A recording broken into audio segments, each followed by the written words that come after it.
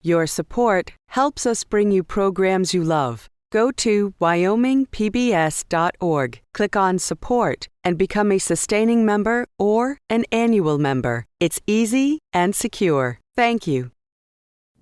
Oh, give me a home where the buffalo roam, where the deer and the antelope play, where seldom is heard a discouraging word, and the skies are not cloudy all day. It takes a time to develop an appreciation for this country, and probably the time I appreciate it most is like on Roundup. Before the boom, there was just a bar and a post office home on the range. When the town was built, it had 26 houses, permanent houses, and room for 60 trailers. By 1959, it had room for 100 trailers. By 65, they had another expansion. They had room for another about another 150 trailers. I don't remember how many trailer spaces they had in '68, but I remember that the bars were 3 deep with people. It was very depressing to see your friends move and churches close and businesses close and your kids' friends move away. It was really tough. And people are always in a hurry, and this isn't a country you can hurry in.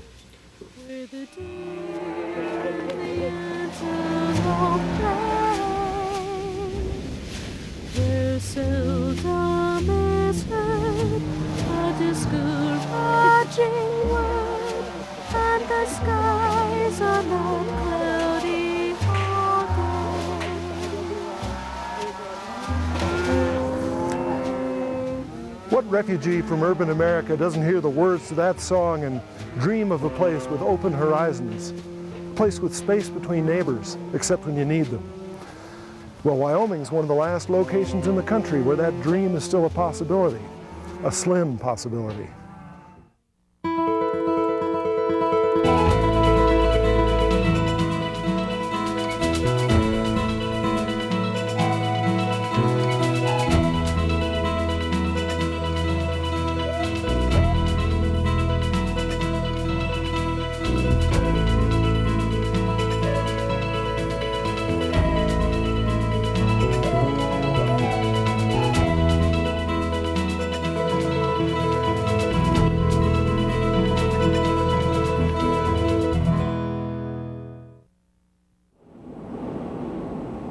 The ranchers out here by the Sweetwater River used to drive into this little homestead to get their mail.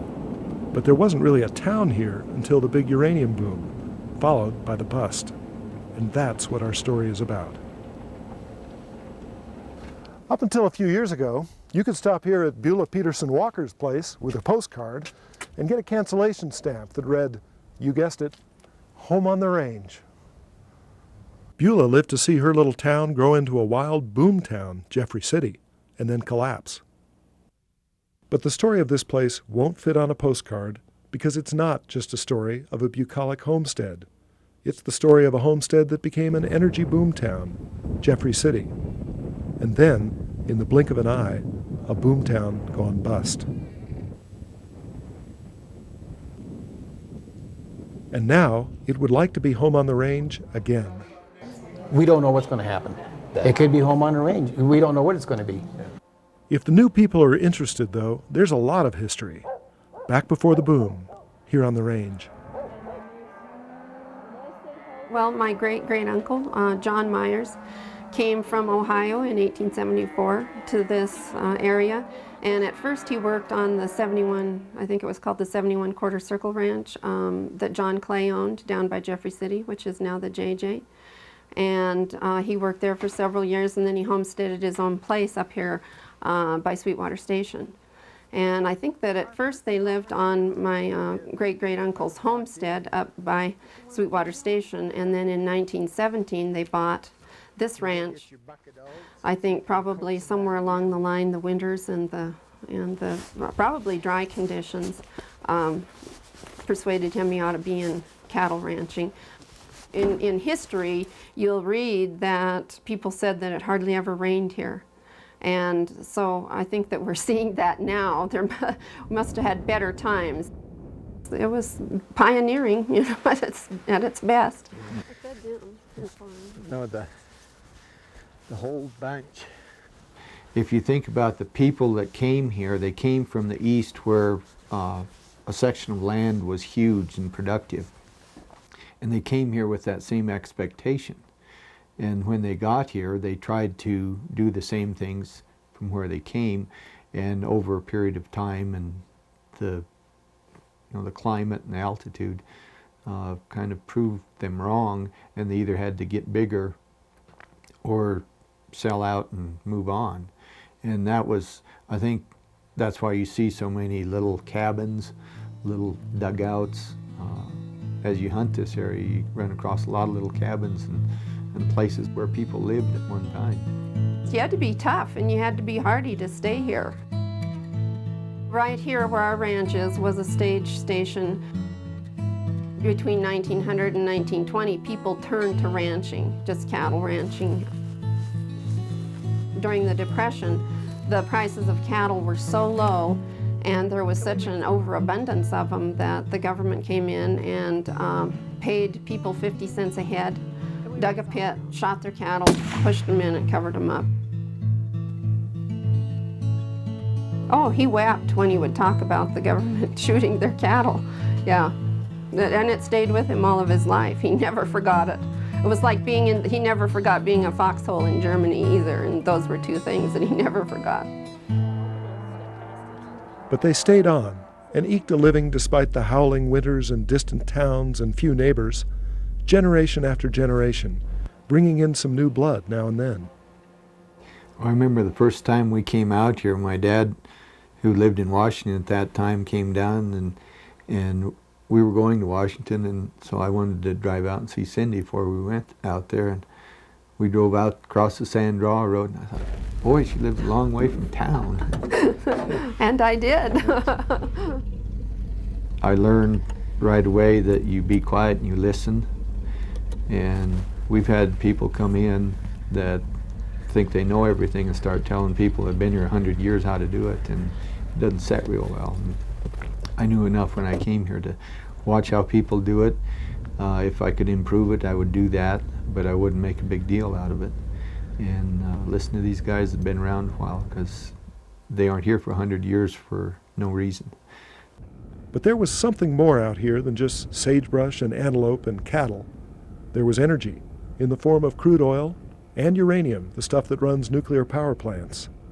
Prospectors found it near Douglas and in the Gas Hills, and finally, a fellow named Bob Adams started staking claims around Crook's Gap. With the federal government guaranteeing a market for yellowcake, Adams decided to build a mill and make little home on the range into a real town called Jeffrey City.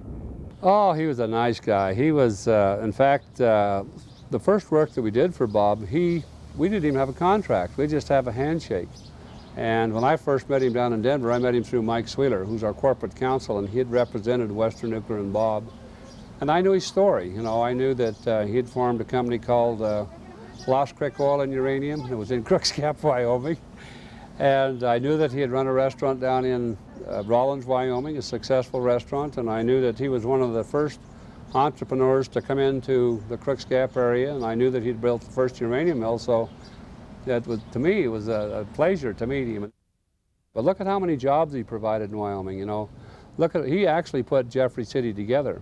Dr. Jeffries was the guy that helped Bob finance and understand what was going on, so he named the town after him. Of course, the town's name prior to that was Home on the Range, Wyoming, and I think it should be changed back to that now because I think it's a wonderful name.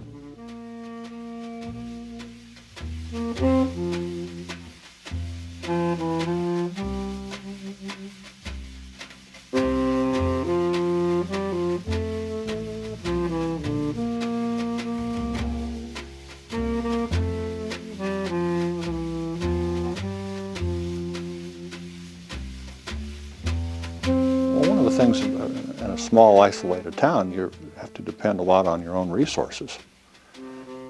can't just go out and hire somebody to do your work, for instance. If something breaks, you have to fix it.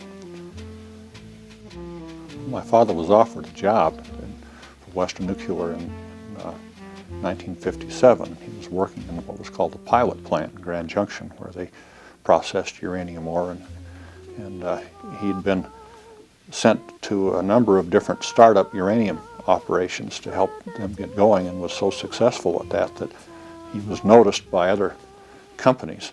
And so he was offered a leadership position with Western Nuclear Corporation, but he took the one in Jeffrey City because they weren't interested in his education, because he didn't have a high school diploma.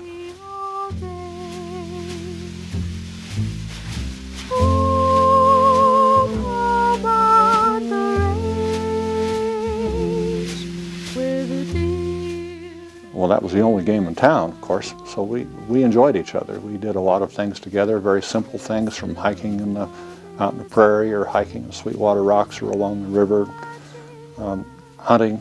The skies are not cloudy all day.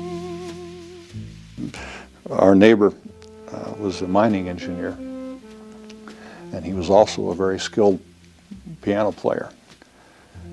And he would load his spinet piano in the back of the pickup, haul it down to the bar, and they'd play bawdy beer drinking songs, and people hanging on the piano and singing all night long until the bar would close, and then load the piano back up in the pickup and then drive in and out the rows of the trailer homes or around the houses and serenade their friends who they thought should have been there 3 o'clock in the morning with these songs and this piano playing.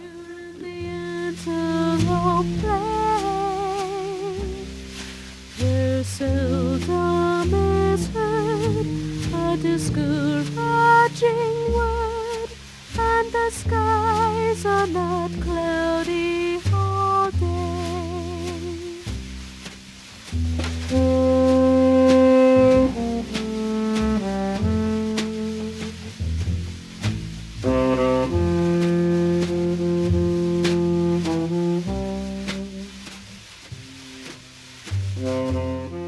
That was the first small boom. Then in the 1970s came the big boom, as other mills and mines opened. Jeffrey City got busier and wilder. When the boom started, they had just a few to start with, bosses, and they built the mill, and then they started mining. So they kept adding more people every year, and they had to work really hard to try to keep the school built so they'd have enough places to put the kids. They had the Jeffrey City Mercantile, and then they added on, they had a packaged liquor store, and they had, then they added a coast-to-coast store, and then they had a bigger grocery store, and they had 2 or 3 bar cafe units.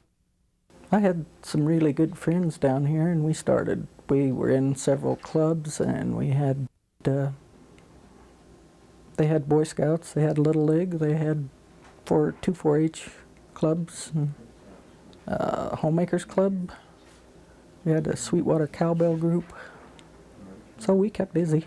People were resistant, or ranchers were, to interacting with folks at Jeffrey City, but it became apparent they were going to be there a long time, and so ranchers got involved in things that Jeffrey City people were doing in their community activities, and involved with the school. The school has always been the central point of the community, and so that's where ranchers got acquainted with uranium miners and their families and things like that. This was the Prairie Market. Okay. In '65 he bought this building from Coates and added on that part. Gotcha. So Bess Redden could have her restaurant. They ran a bar and restaurant up at the Charlie Mitchell place. Okay. And their motto was, nobody ever went away hungry.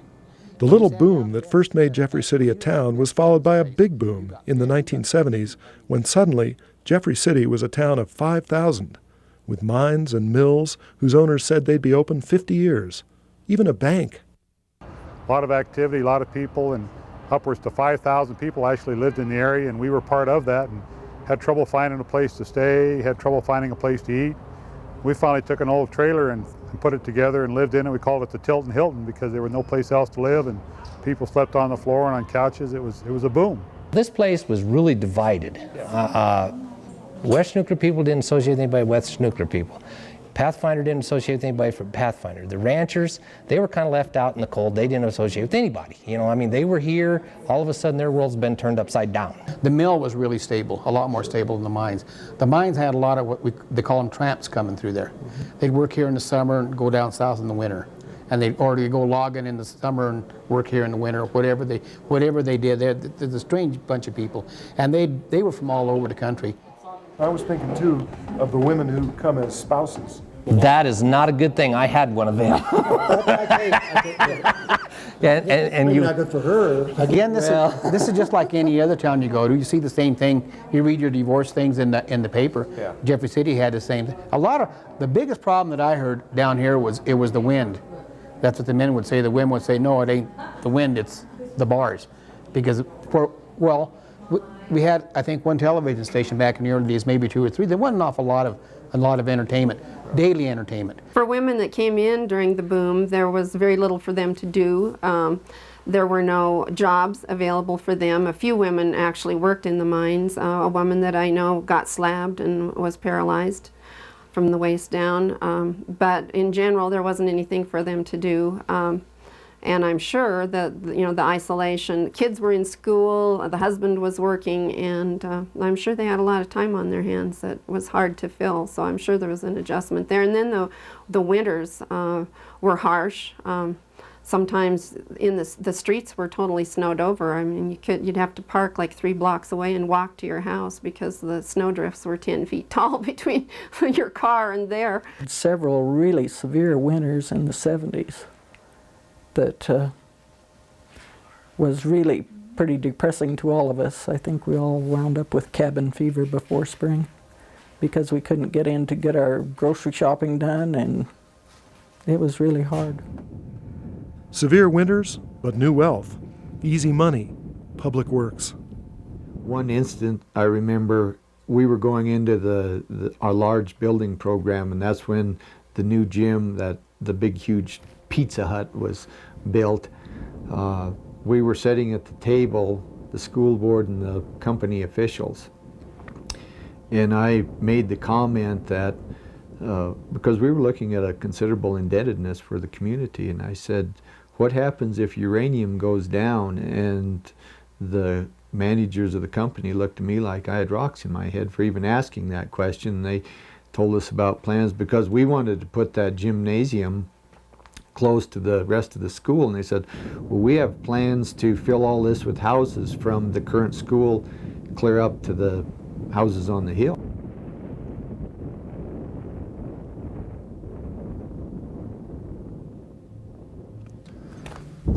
It's a pretty nice modern gymnasium. It was built to hold 1,500 spectators because when Jeffrey City was booming, there were 600 kids in the schools.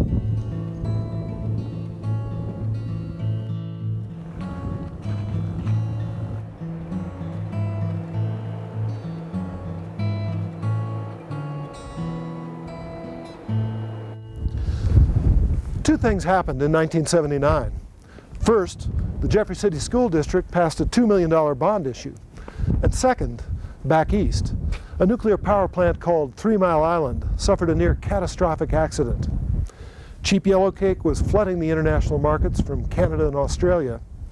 And so, in what seemed like an instant, the boom in Jeffrey City was over. It was kind of like a pack race out of here. They just picked up and they were gone. A lot of them went to Elko, Nevada. A lot of them went back to Arizona. A lot of them went to Montana.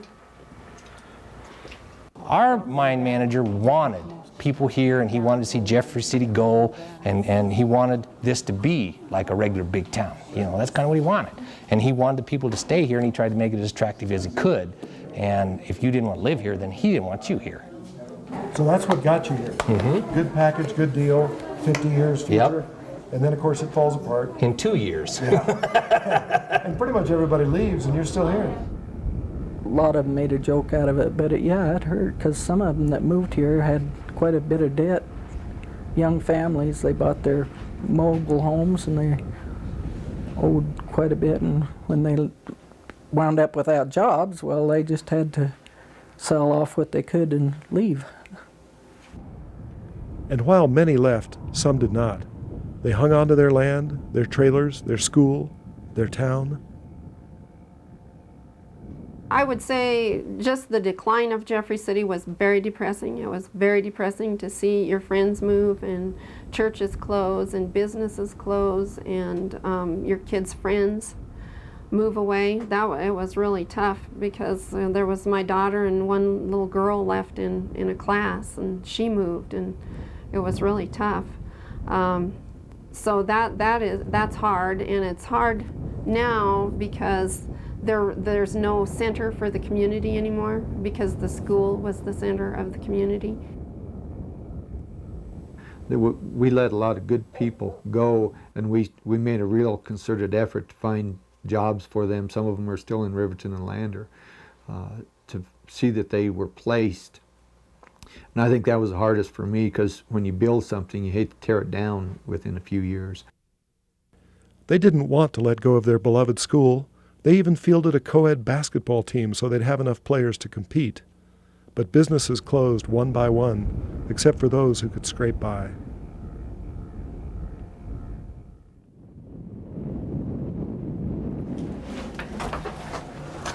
But the 70s we were busy, real busy, because he worked in the shop, and we had 28 units then. And then we sold off these down here, and they went to Du Bois, and we kept these here. You know, the country don't hurt you, it's the people.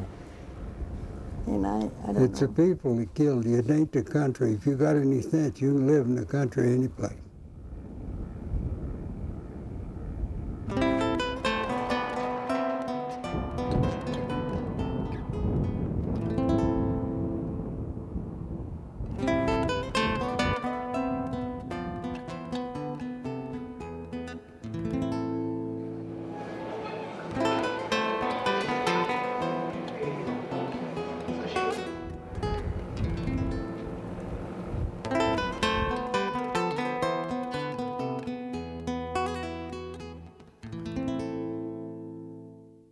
Back before there was a Jeffrey City, ranchers paid a school teacher $60 a month to come and live in a one-room cabin and teach the kids how to read and do their sums. For a while, in the 1960s and 1970s, that all changed. But now, it's back to the one-room schoolhouse and a handful of kids again. And what's this one? Go ahead. This is mow. Like when you mow. They've hauled away a lot of prefab homes and trailers and shut down all the shops. But as long as there is still a school, you could say that a heart still beats in the skeleton of Jeffrey City. Some still hope for another boom, but not long ago, the last energy company auctioned off what was left of the company town.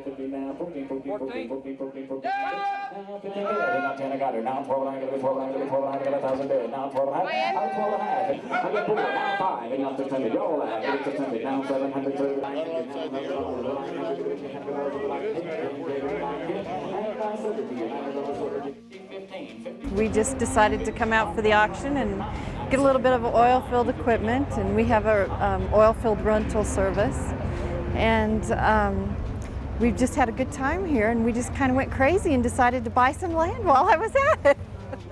Uranium is part of the solution, and of course nationally 20% of our electricity is generated by uranium and nuclear power plants, and I think that needs to be part of the mix. If you listen to what Vice President Cheney's saying, he talks about nuclear power, and so I think there's a future for it, and maybe down the road that whole area may be more active once again. Well, maybe. But 20 years after the boom, this is reality.